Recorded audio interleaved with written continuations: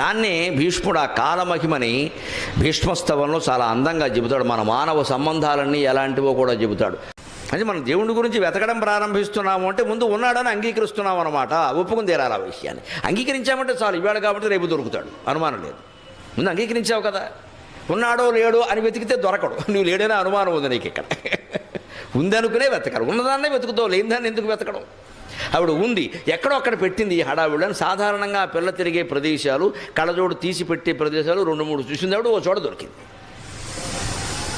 అలా మనం కూడా దేవుడు ఉన్నాడు, మనకు ఎందుకు దొరకడం అన్నటువంటి తీవ్రమైన తపనతో ప్రహ్లాదుడికి ఎందుకు దొరికాడు, ద్రౌపదిని ఎందుకు కాపాడాడు, కుచేలుని ఎందుకు కాపాడాడు, వాళ్ళందరినీ కాపాడినవాడు నన్నెందుకు కాపాడు అనే తీవ్రమైన తపనతో వెతకాలి. అలా వెతికాడు కాబట్టి ప్రహ్లాదుడికి దొరికాడు.